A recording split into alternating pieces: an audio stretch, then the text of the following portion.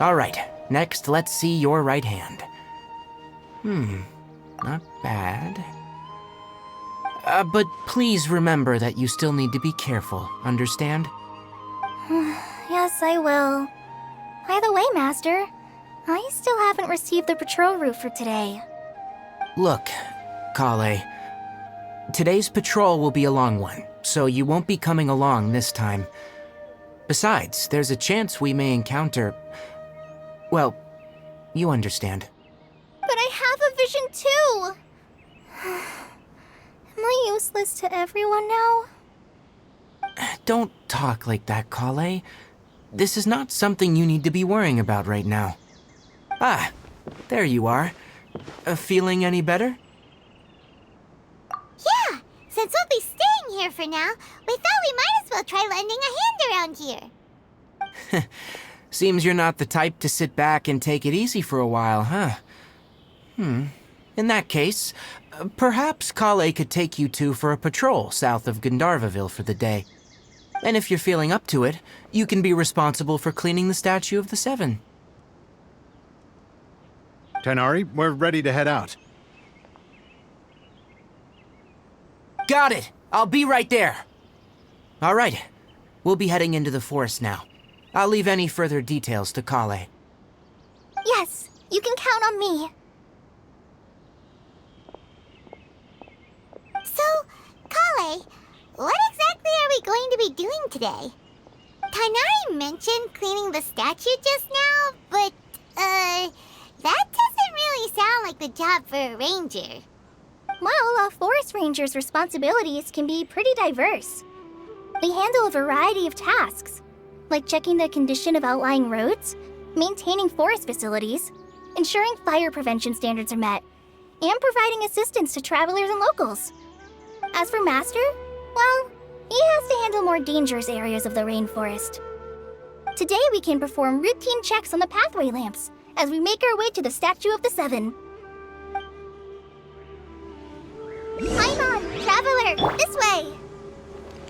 You can leave the task of checking the lamps to me. In the meantime, you two can keep an eye out for anything unusual.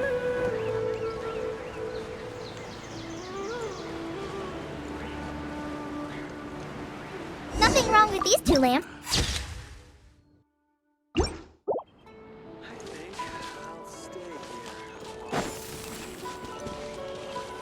Oh, this lamp seems to be getting a little wobbly. Let me make a note of it. No problems with this lamp. Good.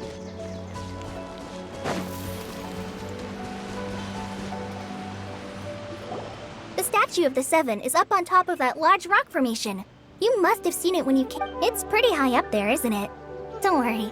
If you're afraid you can't make it up there, I'm sure Master wouldn't mind if you don't clean the statue. Oh?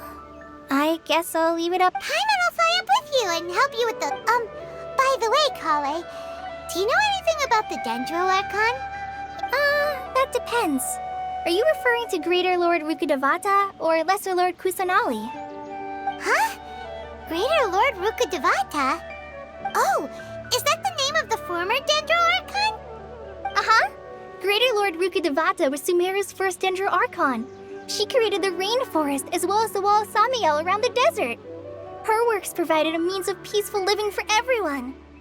To the people of Sumeru, she's not only a symbol of wisdom, but also of power and kindness. Unfortunately, she disappeared in a great calamity that occurred a few hundred years ago. According to what Master has told me, the sages later found the newly born Dendro Archon and whisked her back to Sumeru. To celebrate the reinstatement of their lost deity, the sages dubbed her Lesser Lord Kusanali and let her reside in the sanctuary of Sarasthana. Uh-huh. Then what happened? Well, and then... I'm not too sure what happened, to be honest. Huh? You're not too sure? But aren't you from Sumeru? Yeah, I'm from Sumeru. But... Maybe it's difficult to discuss this topic with strangers. If that's the case, then don't worry, we understand.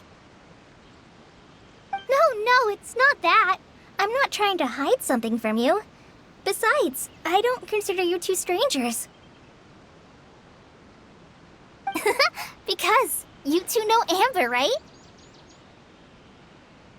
Wait, Amber? You mean... Yes, that's her.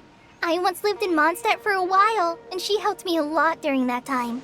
You could even say that she helped me become a new person.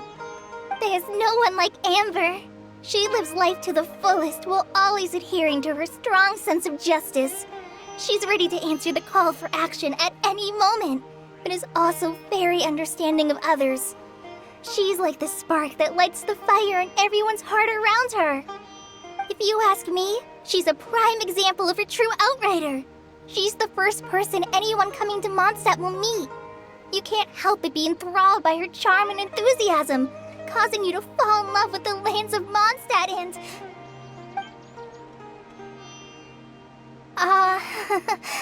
sorry. Paimon thought the work of Outriders was a little different from what you just described, but one thing's for sure, you really like Amber.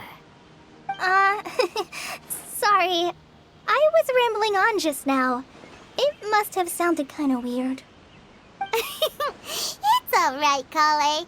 Knowing that you're a friend of Amber somehow makes Paimon suddenly feel a lot closer to you. So, how do you know that we've met Amber? Well, after I returned to Sumeru, Amber and I have stayed in touch by writing each other letters.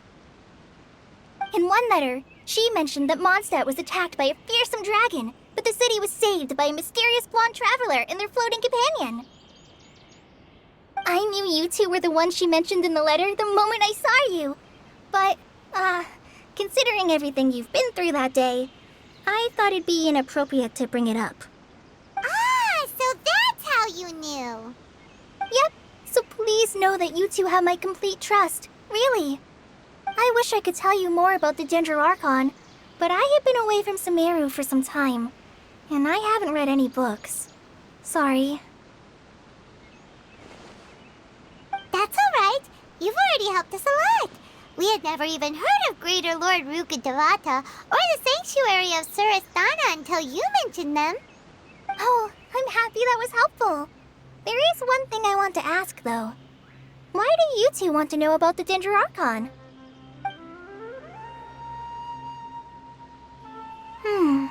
So that's why you're here. Thank you for telling me your story. Don't mention it. We are friends after all, right? Alright, we have a statue to clean. You both have my thanks. While you two are up there cleaning, I'll go ahead and inspect the forest canopy. Let's meet back here shortly.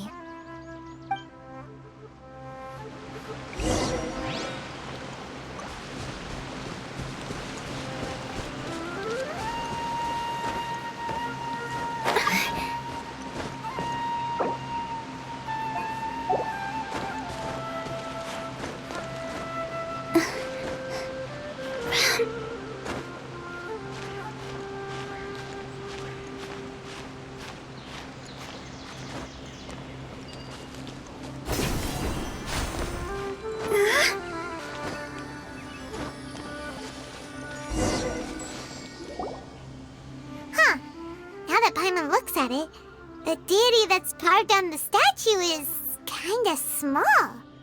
Do you think she's supposed to be Greater Lord Ruka Devata or Lesser Lord Kusanali? You might be right. The statue does look kinda old. Well, anyway, we'll have to figure that out later. Let's get started on cleaning the statue.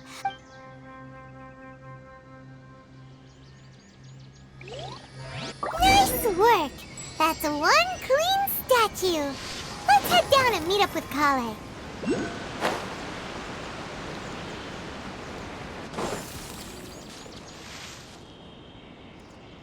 Kale, we're back! Welcome back! You must be tired after all that climbing. Let's take a little break. I brought some fruit and water for us. Yay! Food! What kind of goodies did you bring? Hey, don't be a party pooper. It's not like Kale is a stranger or anything. Besides, the best way to compliment a chef is to show passion for their food. Xiangling taught Paimon that. I prepared a nice portable dish that forest rangers like to eat called pita pockets. I hope you'll like them. Whoops! Ah, no! You dropped it on the ground! Not to worry. I wrapped a few layers of oiled paper around each pita. They should be fine. Oh, whew. Paimon nearly had a heart attack there.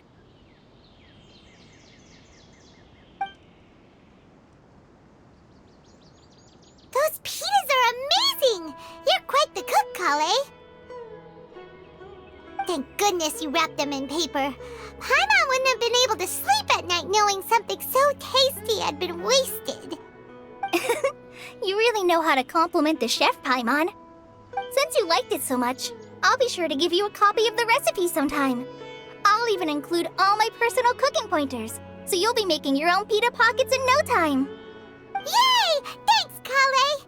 It's hard to believe someone as diligent as you could have clumsy moments too. Oh, I guess it happens from time to time. So, Kale, don't you think that Tainari's a little too strict with you? He won't let you touch anything without his permission. Paimon knocks stuff over all the time flying around the Traveler, but she's never said anything. Everyone has their clumsy moments. No, you've got the wrong idea about Master.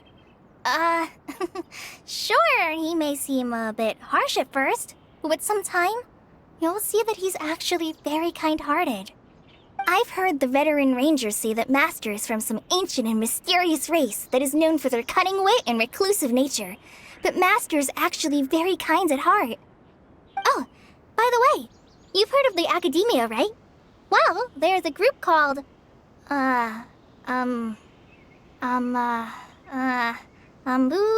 something? Well, anyway, because Master does a lot of research on plants, sages from the Academia have written him many times, inviting him to take up an official position there. But Master declines their offers every time, saying, Sumeru City is too noisy. It'd be bad for my ears.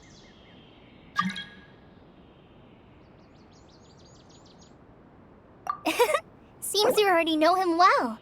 Anyway, I'm sure the sages were not happy about his responses.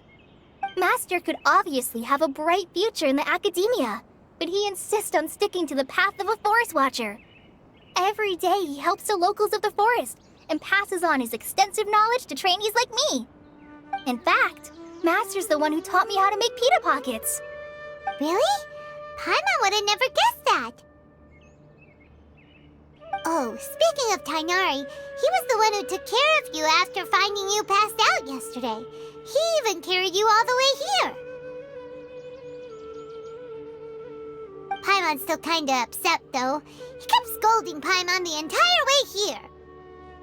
Oh no, I'm sorry. Master might have been overreacting a little. But, it's mostly because Paimon wouldn't stop yelling, Why, oh why? Is she going to die? It probably started to get under Master's skin after a while. Hey! Don't laugh! Paimon was genuinely concerned about you.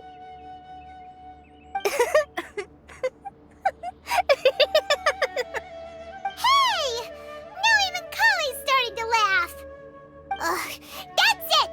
Paimon won't forget this! It's time for some Paimonial wrath! No! Don't touch me!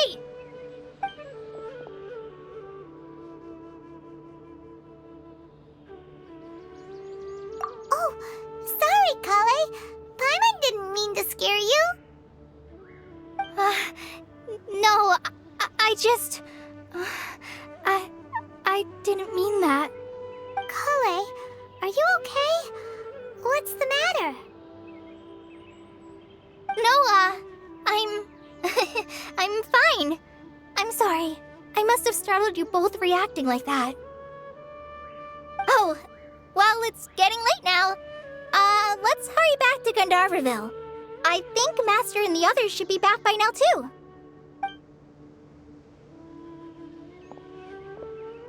Huh? What was up with Kale just now? And why is she in such a hurry all of a sudden?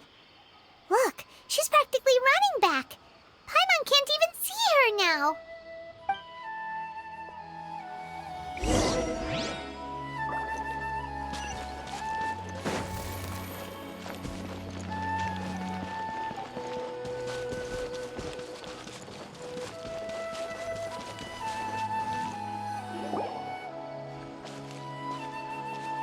Ah, Traveler, you've returned. Yep, we're back. Have you seen Kale by any chance? Oh, Kale? Yes, I saw her go into her room just a moment ago. Oh, okay. Guess we'll just have to wait and talk to her tomorrow then.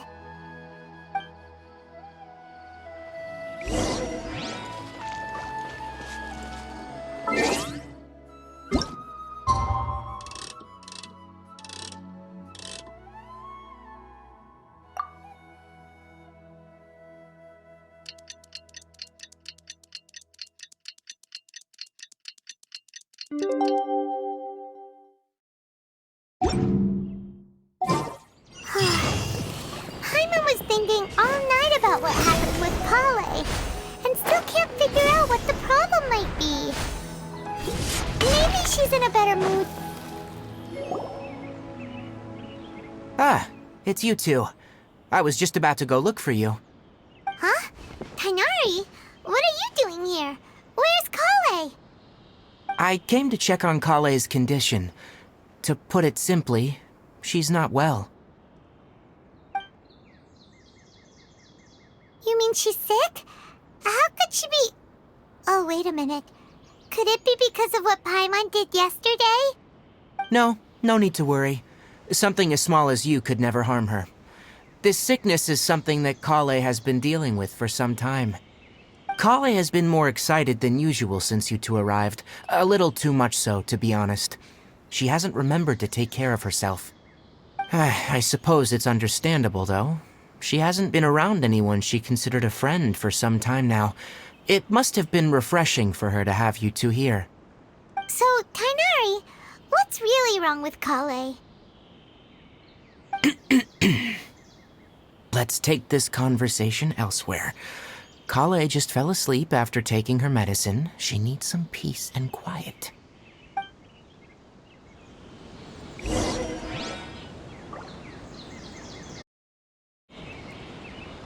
Silly churl bit. Phew!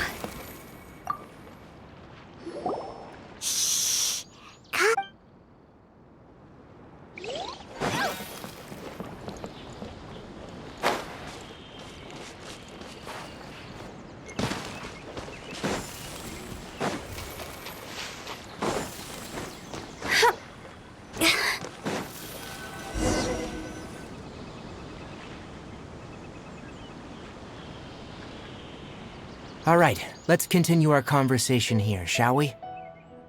To be honest, I hadn't realized you're that honorary knight from Mondstadt until Kale told me just now. So just to clarify, what I'm about to tell you about Kale is not because of who you are or your past feats. Instead, I am going to tell you because Kale asked me to. And honestly speaking, I was against Kale revealing her past to you. But she insisted, saying you two treated her with sincerity and as a friend. So now she wishes to reciprocate the gesture. So, Tighnari, what exactly is wrong with Kale? You said this is something she's been dealing with for some time. Just how serious is it? Right. Ever since she was a child, she's been afflicted with a disease called Elazar. Elazar? Yes. It's a disease unique to the lands of Sumeru. It is characterized by dark and hardened scales that form on the body. At first, the afflicted may only feel mild numbness on affected areas of the skin. However, as the disease progresses, one may begin feeling fatigued and even experience peripheral paresthesia. In its final stages, The disease strips a person of the ability to control their own body, and they effectively become completely immobile. That sounds terrifying. Wait, hold on. So when Kale seemed to be acting a little clumsy earlier, it was because... Correct. That would be the effects of Elazar, which is precisely why I do not want her carrying or holding anything, lest she ends up hurting herself. With appropriate treatment, the disease can be effectively controlled before it progresses to a more serious stage. However, there is unfortunately still no true cure for Elazar. Nevertheless, Kale's mother still hoped that there was something out there. She handed Kale over to an organization known as the Fatui after one of their members lied and said they had a cure. What? The Fatui? Ah, it appears you already are familiar with them. That'll save me some explanation. Anyway, the person who eventually rescued Kale and brought her to me for care said that she had been given to a harbinger known as the Doctor.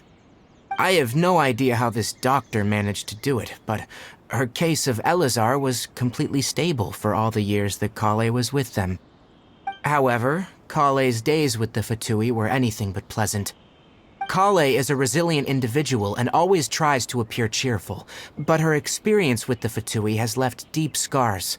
Even now, she can still feel deathly afraid of someone touching her. Oh, Paimon had no idea Kale's been through so much suffering. Oh, by the way, Paimon, Kale wanted me to tell you that she's sorry for scaring you yesterday. She also wanted both of you to know that she's sorry for hiding her illness. She doesn't need to apologize. None of this is her fault at all. Well said. I hope you'll get a chance to tell her that in person the next time you see her. Kale once thought that it would be impossible for her to have any real friendships.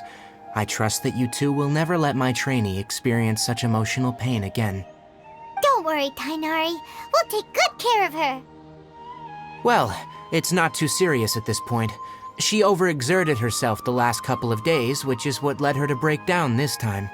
As long as she has taken her medicine and gets plenty of rest, she should get better. Though I must admit that Kale's condition was much more stable when she first arrived here in Gandharvaville. She was interested in the work of the forest rangers the moment she saw us. I could see that she was serious about learning, so I felt compelled to ask her to join us. Her stamina has gotten much worse recently. Though a moderate amount of physical exercise is always necessary, I'm afraid the long-distance patrols are a little too much for her now. Alright, now that I've told you about Kale's past, I think I'll head into the rainforest to find some ingredients needed for her medicine. I'll see you two later. Yeah, we'd like to do something to help Kale too. Alright, but I must warn you two. The rainforest is a dangerous place, especially for someone who's No problem. Let's go then.